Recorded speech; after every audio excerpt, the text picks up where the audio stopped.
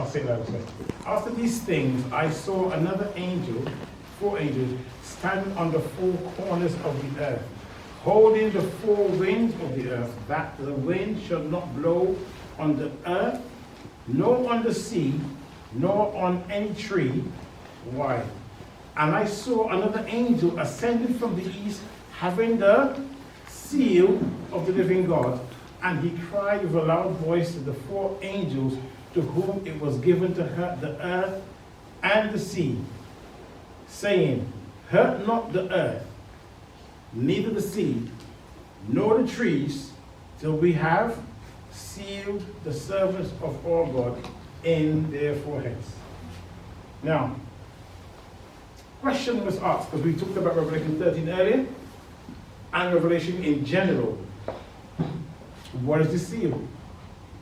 Who is going to be sealed? How are we going to go about being sealed?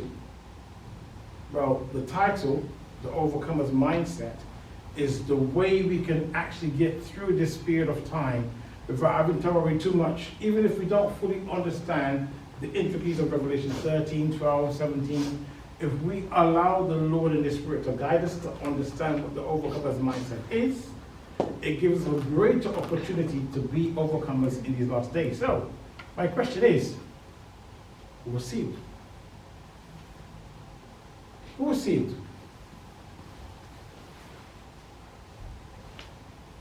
Now, we can do 2 compare and contrast situations here, because I believe that we should know how we become sealed and how not to become sealed. Does that make sense?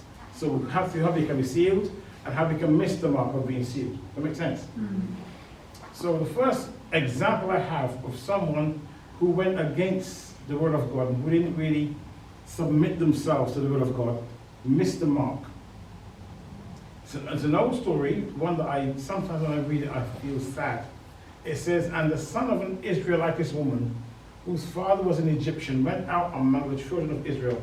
And this son of the Israelitish woman and a man of Israel strove together in the camp. And the Israelitish woman's son, what does he do? Blasphemed the name of the Lord and cursed. And they brought him unto Moses. And his mother's name was Shelomith, the daughter of Dibri, the tribe of who? Interesting, isn't it? The tribe of Dan.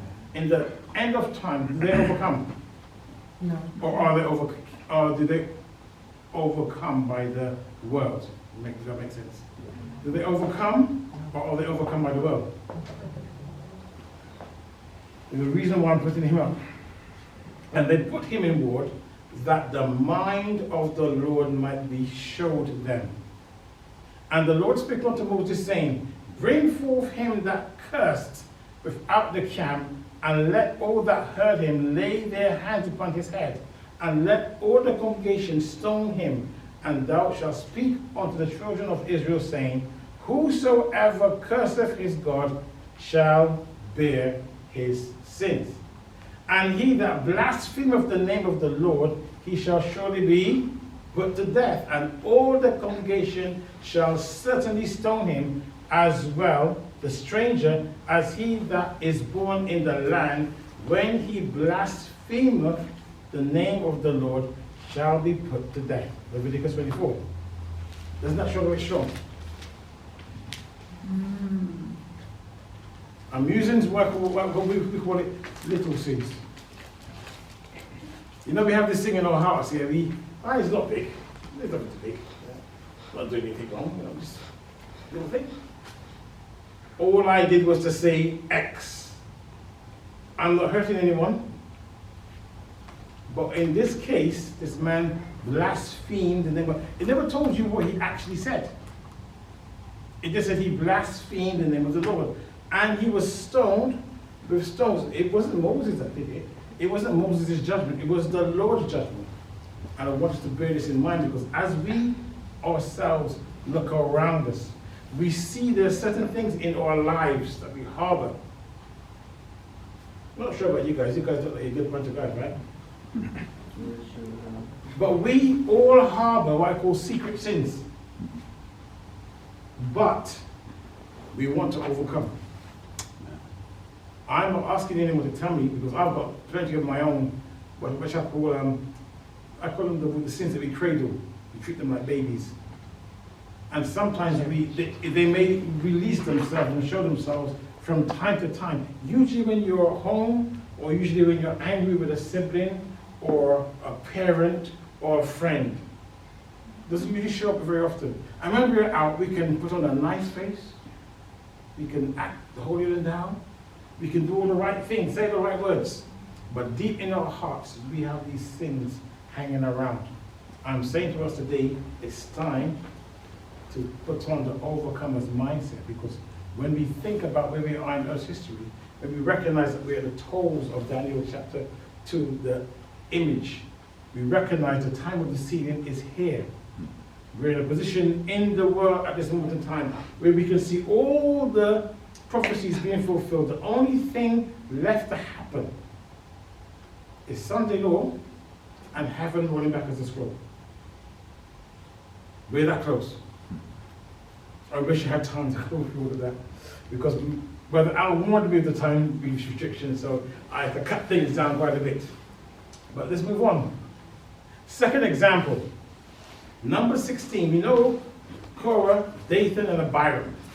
One of my other stories, which doesn't seem like a big thing. That's why I'm choosing these ones, because they're pretty small sins, aren't they? It says, so they get up from the tabernacle, Korah, Dathan, and Abiram on every side. And Dathan and Abiram came out and stood in the door of their tents, and their wives and their sons, and their little children. And Moses said, hereby ye shall know that the Lord hath sent me to do all these works, for I have not done them of mine own mind.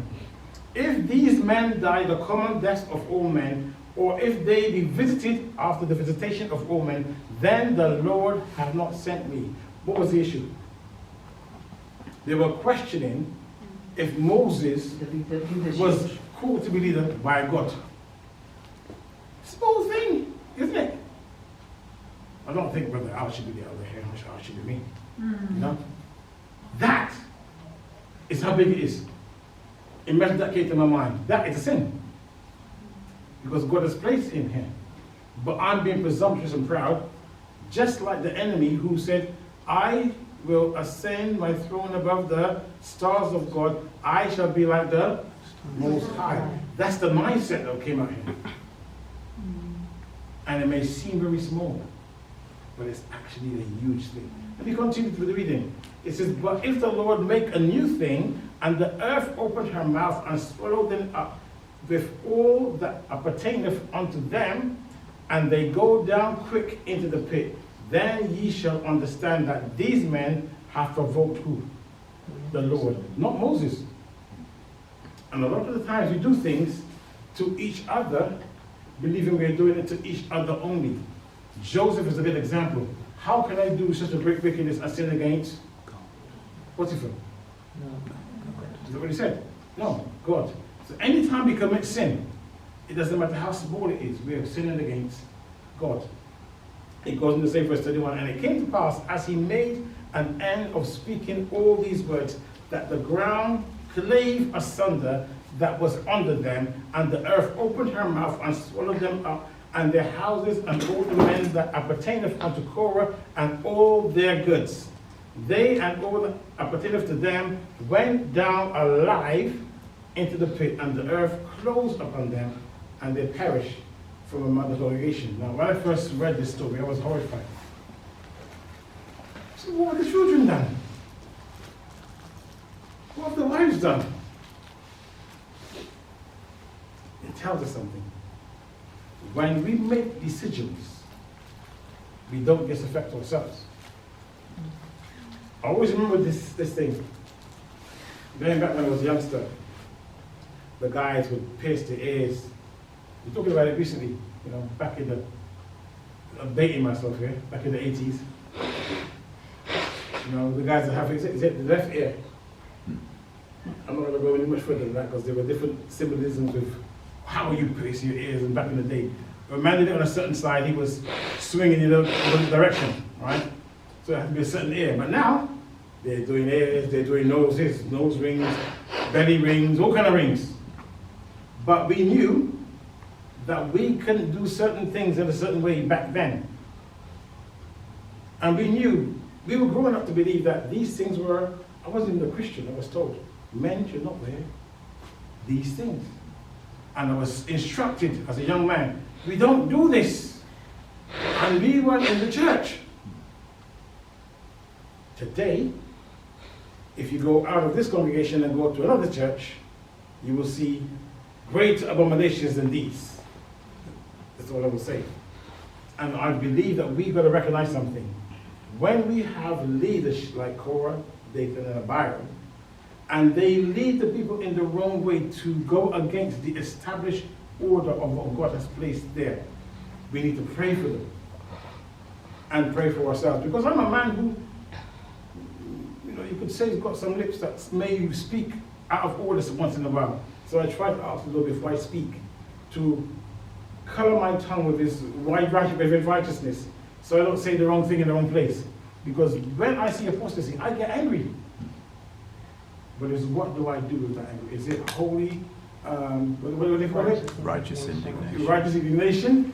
Or is it self rising to the top? And even that is a sin.